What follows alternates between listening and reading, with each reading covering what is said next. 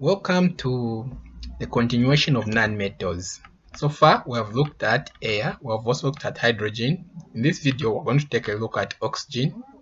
Then in the next videos, we'll take a look at nitrogen and pollution. So most of the facts about oxygen gas, we already know them since we've been working with oxygen since I don't know when. The formula is O2, which means that oxygen is made of two atoms. The chemical word for that is diatomic molecule. So we're going to take a look at how oxygen is prepared. So we're going to take a look at how oxygen is prepared in the lab and also in the industry. So in the lab, there are three methods that are employed. The first involves breaking potassium chlorate so that we get some oxygen from it. The second is breaking hydrogen peroxide so that we get some oxygen from it. Then there's also breaking sodium nitrate and potassium nitrate. So we're going to just take a quick look at each of the methods. So we're going to start with breaking potassium chlorate. So potassium chlorate is mixed with a catalyst, manganese oxide, upon heating and decomposes into potassium chloride and oxygen gas. So you get potassium chloride, you mix it with a catalyst called manganese oxide. Then you heat the mixture. The potassium chlorate is going to break. So once it breaks, it's going to produce potassium chloride and oxygen. So this is the reaction. So potassium chlorate, this one, breaks to produce potassium chloride and oxygen. So this is the apparatus for this reaction. We have potassium chlorate and manganese oxide. Remember, manganese oxide is a catalyst, meaning that it does not participate in the reaction, but it facilitates the decomposition of potassium chlorate. So once you heat the mixture, the potassium chloride, which is a solid, is going to remain. Then the oxygen is going to evaporate once it breaks free from potassium chlorate. And using this delivery tube, it will come here and it will be collected on top. Note that oxygen is slightly soluble, so it might have some water in it once you collect it here. So it has to be dried up. So the other method, which involves hydrogen peroxide, oxygen gas is also prepared by the decomposition of hydrogen peroxide solution using the same catalyst as before, manganese oxide. So in this one, no heating is required. All you have to do is to mix manganese oxide and hydrogen peroxide. So the reaction is this: hydrogen peroxide, whose chemical formula is this, breaks into water and oxygen. Water is a liquid, oxygen is a gas. So it is to separate because oxygen is going to separate out since it is a gas. So this is the apparatus. You get your hydrogen peroxide, you pour it in here. So here we have a solid manganese oxide catalyst. So once it is in here, without heating, the hydrogen peroxide is going to break, leaving water here, and the oxygen will be delivered by the delivery tube to here where we're supposed to collect it. Now, remember, the oxygen is slightly soluble. So as much as it will separate from the water here, the oxygen needs to be dried since it will have some contamination of water. So we use some drying agent, which is concentrated sulfuric acid. So in summary, oxygen gas is collected over water. The method is downward displacement of water, and the drying agent that is used is concentrated sulfuric acid. Lastly, sodium nitrate and potassium nitrate. So these are the same. Again, it's all about decomposition. Oxygen gas can be prepared by heating sodium nitrate or potassium nitrate. So sodium nitrate breaks to form sodium nitrite and oxygen. The same is true for potassium nitrate.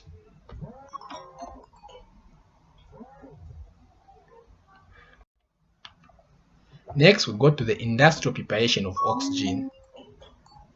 So in the industry, oxygen is prepared using the process of fractional distillation. So remember distillation.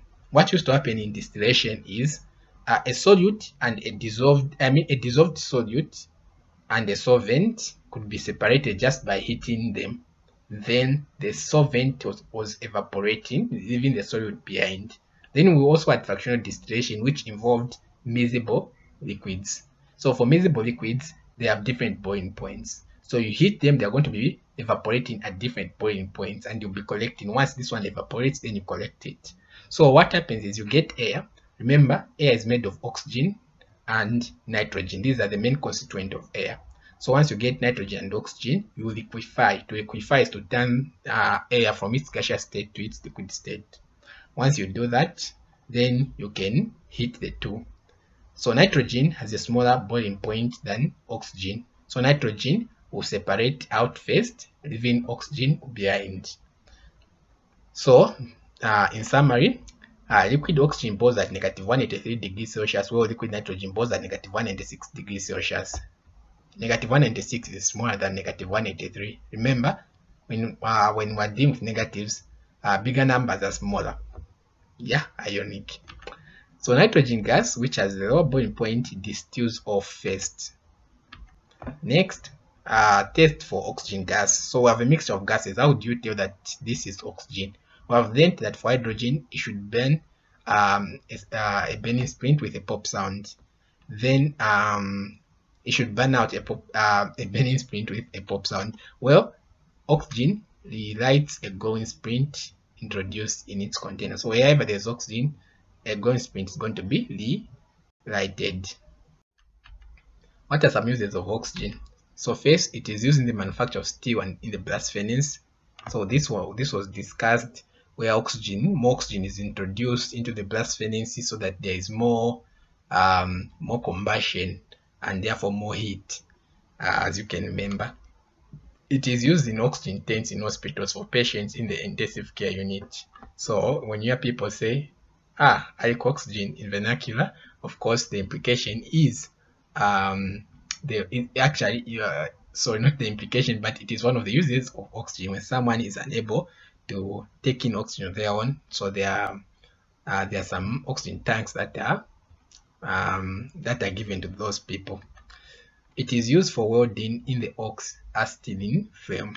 So whenever you see people welding, there is a chemical that participates that makes welding possible, and it is called acetylene. So it is made of oxygen and this other compound.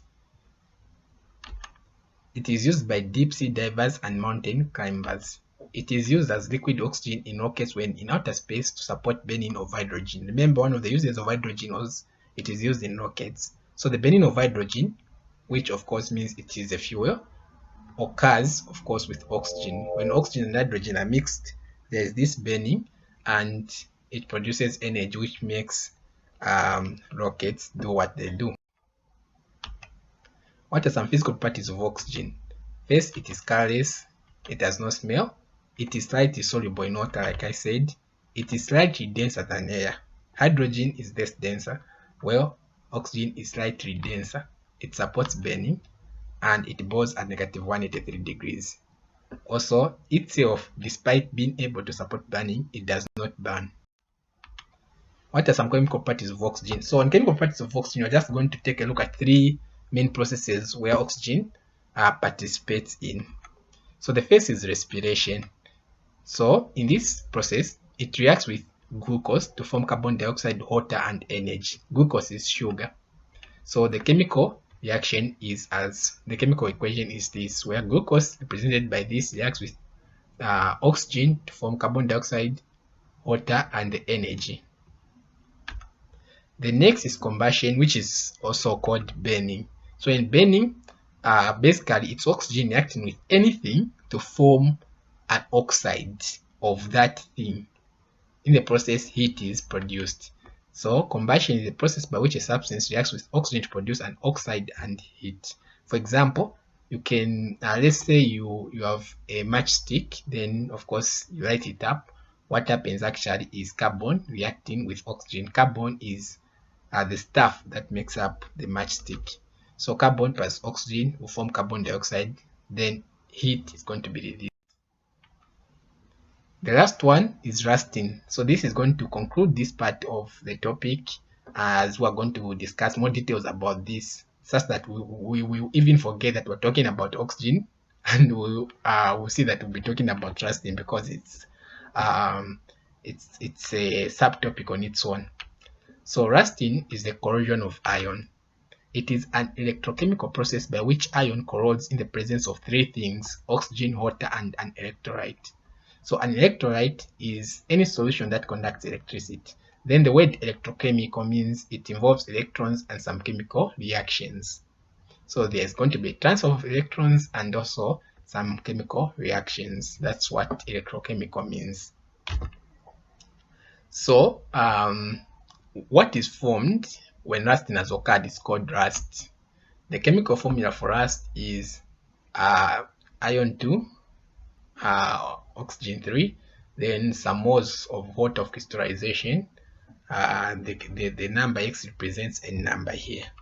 So the chemical name for this is hydrated iron 3 oxide, because this is iron 3 oxide, but since it has gained some water, so I say it is hydrated. The color of rust, or as it is called in vernacular, especially in Nyanja as nguwe, it's reddish brown. So what are some conditions that facilitates rusting? The conditions we've already mentioned them. So we're talking about oxygen, we're talking about water or moisture, we're talking about a strong electrolyte such as sodium chloride or sulfuric acid. How do we prevent rust? First, painting.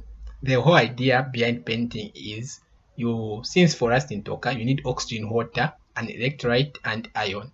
So the iron that you don't want it to have rust, you paint it. When you paint it, these three things won't come into contact with the iron, therefore no rusting will occur. So a paint coat excludes both air and water from contact with iron. The second method is oiling. So in oiling, you just apply oil to the surface. The idea is the same, to make sure that iron is excluded from the other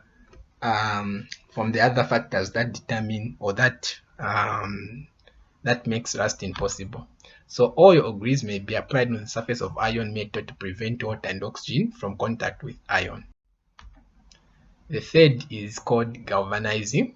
So this one is a bit different. So galvanizing is the coating of iron with zinc metal. So if you go on the reactivity series, which one is higher between iron and zinc? It is zinc. So whenever there is oxygen, the oxygen, instead of reacting with iron, is going to react with zinc since it's more reactive. In the process, zinc is sacrificed in place of iron. Instead of iron being participating in that reaction, zinc is sacrificed. Okay, so in short, zinc is higher than iron in the reactivity series of metals. Because zinc is sacrificed, the process is said to be sacrificial protection. You protect iron by sacrificing zinc. Okay, so the last one is electroplating or alloying. So this basically is the coating of iron with a metal which does not corrode easily. In the process, it protects iron from rusting. So when you mix or you cover iron with a thin plate of a metal that does not corrode, what happens is when oxygen comes, it will be meeting that metal. Therefore, it won't be meeting the iron. Even if you have made an alloy, a mix of iron and that metal, which does not corrode easily, such as gold, then of course the reaction cannot be as severe as when iron is just alone. So this marks the end of this part of nonmetals. By the way, just one point that I thought of including: iron can be electroplated or alloyed with non-corrosive elements like nickel, copper, chromium, and carbon. I just wanted to show you some examples of non-corrosive metals that can be used in electroplating.